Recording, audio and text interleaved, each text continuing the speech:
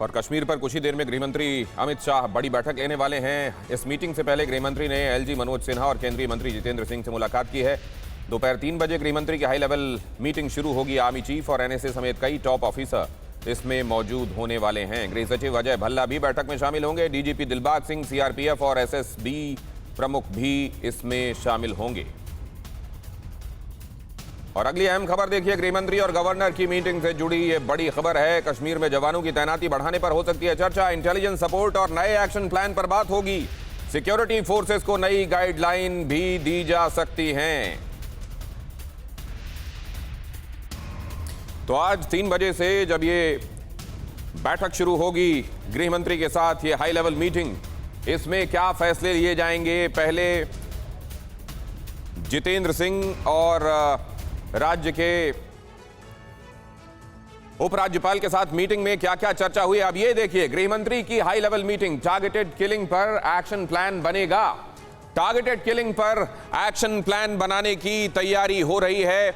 कश्मीरी पंडितों की सुरक्षा पर बड़ा फैसला संभव है। जवानों की तैनाती और बढ़ाए जाने पर विचार हो सकता है और डिप्लॉयमेंट किया जा सकता है। आतंक पर अटैकिंग ऑपरेशन लॉन्च किया जा सकता है। आतंक पर आप जानते हैं पहले ही जीरो टॉलरेंस के तहत काम हो रहा है, ऑपरेशन ऑल आउट चल रहा है और उसमें और भी ज्यादा उसको रीइंफोर्स किया जा सकता है। चीजों को, संकल्पों के हिसाब से इंटेलिजेंस सपोर्ट को और मजबूत किया जाएगा।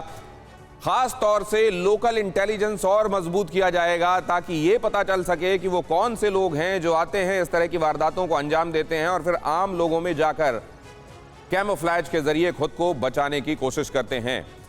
लेकिन अभी एक बात कही गई और एक बार फिर से मैं डिस्कशन का रुख करूंगा वो अहम बात लेकर। अभी ये इस पर हम आपको अपडेट देंगे कि जब ये बैठक शुरू होती है तो क्या कुछ उसके पहले पृष्ठभूमि है और क्या तय हो सकता है आज। लेकिन क्या आप एक बायस्ड नजरिए को, इफ्तिखार साहब, सेकुलर मानते हैं? देखिए, पहले उन लोगों के मुंह से सेकुलरिज्म का डिस्कस करना शोभा नहीं देता है जो हिंदू राष्ट्र में यकीन रखते हैं, जो हिंदुस्तान में पोलराइजेशन पे यकीन रखते हैं, जो एक पर्टिकुलर मजहब को, एक पर्टिकुलर कम्युनिटी को उग्रवाद के तराजू में तोलने जा रहे हैं ना। आज आप देखिए, आज आप विटनेस हैं, आज आप खुद देख रहे हैं। आज ये 90 का दौर नहीं है, सारा कुछ ऑनलाइन है, सारा कुछ आप खुद देख पा रहे हैं। आपके यहाँ पे रिपोर्टर्स पड़े हुए हैं। आज कहीं मस्जिद से ऐलान नहीं हुआ, आज कहीं जुलूस नहीं निकला कि यहां से भाग जाओ। यही सिचुएशन 90 में भी थी, यही सरकार तब भी थी, यही सरकार आज भी थी, यही गवर्नर राज तब भी था, यही गवर्नर राज अब भी है। इसमें आम कश्मीरी जितना इसमें परेशान है, उतना ही बेशक कश्मीरी पंडित भी परेशान है, कश्मीरी सिख भी जो यहाँ रहते हैं। अब जिनका बिजनेस चलता है, जिनके इस पे दुकानें चलती है, उनका तो मैं खैर बहस में नहीं जाना चाहता हूँ।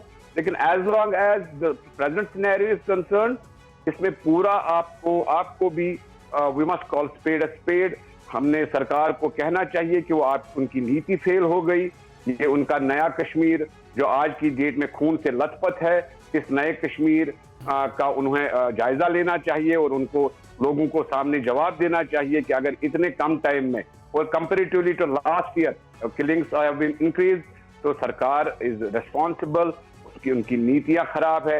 यहाँ जो एलजी साहब है, उनकी जिनको 15 दिन लग गए कश्मीरी पंडितों के पास जाने के लिए, तो हमने ये भी समझना चाहिए कि आज अभी आप मटन से टेलीकास्ट कर रहे हैं, तो मैं वापस लौटता हूँ। रमेश रैना जी का रिएक्शन इस पर लेता हूँ। रमेश रैना साहब, सब्सटेंटिव बातें हैं ये?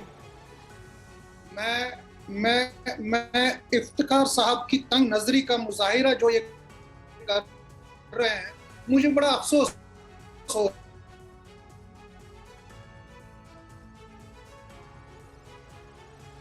ये एक तंग नजरिया है, ये सोचने का एक संकीर्ण दायरा है। ये कहा जा रहा है, इफ्तिखार साहब, अभी उनके सिग्नल्स फ्रोजन लग रहे हैं मुझे, लेकिन एक बार फिर से जैसे ही उनसे बात बहाल होती है, आपकी बातों पर उनका नजरिया जरूर लूंगा मैं।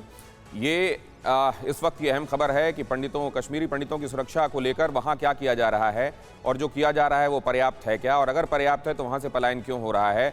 और साथ में ये भी कि ये सुरक्षा की भावना जब वहाँ पुनर्वास पैकेज के तहत वहाँ लोगों की नौकरियाँ इंश्योर की गईं उनकी सेफ्टी और सिक्योरिटी की बात की गई, तब ये ऐसा ज़मीन पर होता हुआ नज़र क्यों नहीं आया? या फिर एक्चुअली इस तरीके से अगर लोगों को आइडेंटिफाई करके वहाँ पर उनको मारा जा रहा है तो ये कश्मीरियत के खिलाफ वहाँ की भावनाएं कुछ लोगों की दिखाई दे रही हैं। और एक्चुअली लॉ एंड ऑर्डर संभालने वाले हर एक घर में जाकर यूं लोगों को गार्ड नहीं कर सकते। इसी बात को भांपते हुए इस चैलेंज को बढ़ाने की कोशिश की गई है। एक बार फिर से मैं रैना साहब, अगर आपको आवाज आ रही है, क्या आपको आवाज आ रही है? और अगर आ रही है तो अपनी बात आ रही है, बताइए। हेलो, कहिए। आपकी आवाज नहीं आ रही है। आपकी आवाज हम तक वहां तक पहुंची थी जहां आपने कहा कि तंग नजरिए का मुजाहिरा कर रहे हैं इफ्तिखार साहब। अपनी बात पूरी कीजिए। देखिए, इफ्तिखार साहब तंग नजरी का मुजाहिरा कर रहे हैं क्योंकि जो डायनास्टिक पॉलिटिक्स वहां पर पिछले 70 साल से कायम है, उस डायनास्टिक पॉलिटिक्स के पीड़ित हम हैं। उस डायनास्टिक पॉलिटिक्स ने एक ऐसी सियासत को जन्म दे दिया जिस सियासत में एक सेक्युलरिज्म की जो परिभाषा कश्मीर में है वो टोटली चेंज हो गई। सेक्युलरिज्म की परिभाषा हो गई है मेजॉरिटेरियन अपीजमेंट, और मेजॉरिटेरियन अपीजमेंट के होते हुए माइनॉरिटीज ने जो सफर कर दिया वो सिर्फ ये महसूस नहीं करेंगे, ये सिर्फ उसके ऊपर टिप्पणी करेंगे। 10 सेकंड का रिएक्शन इस पर लेता हूं मैं इफ्तिखार साहब का, क्योंकि ब्रेक के लिए आगे बढ़ना है। इफ्तिखार साहब, मेजॉरिटेरियन अपीजमेंट को आप सेक्युलरिज्म का नाम देते हैं? देखिए, मुझे लग रहा है मेरे महजिब दोस्त यहाँ पे ये बात भूलते हैं कि अगर सेकुलरिज्म का दावा किया था तो यहाँ के जो लीडर हुआ करते थे शेख मोहम्मद अब्दुल्ला है, और ये BL कोल की किताब है कश्मीर पे, इनको पढ़ना चाहिए, जिसमें वो बिल्कुल लिखते हैं कि यहाँ की जो लीडरशिप थी वो बिल्कुल सेकुलर थी और उनका महजिबाना सेकुलर रोल रहा है। और प्यारेलाल हिंदू जैसे लोग, बहुत सारे कश्मीरी आपसे बात में ये समझ में आ रहा है कि आप दोनों के ही अपने अपने सच हैं और कोई भी अपने सच के इतर कोई सच देखने के लिए तैयार भी नहीं। इस बीच हकीकत यह है कि लोगों की जानें जा रही हैं, टारगेट किलिंग हो रही हैं। जिम्मेदार कौन है इस बातचीत से तो स्पष्ट समझ में नहीं आता, क्योंकि दोनों ही तरफ एक दूसरे की तरफ उंगलियां उठाई जा रही हैं। अड़ी सोमवार से शुक्रवार शाम 6 बजे सिर्फ TV9 भारतवर्ष पर।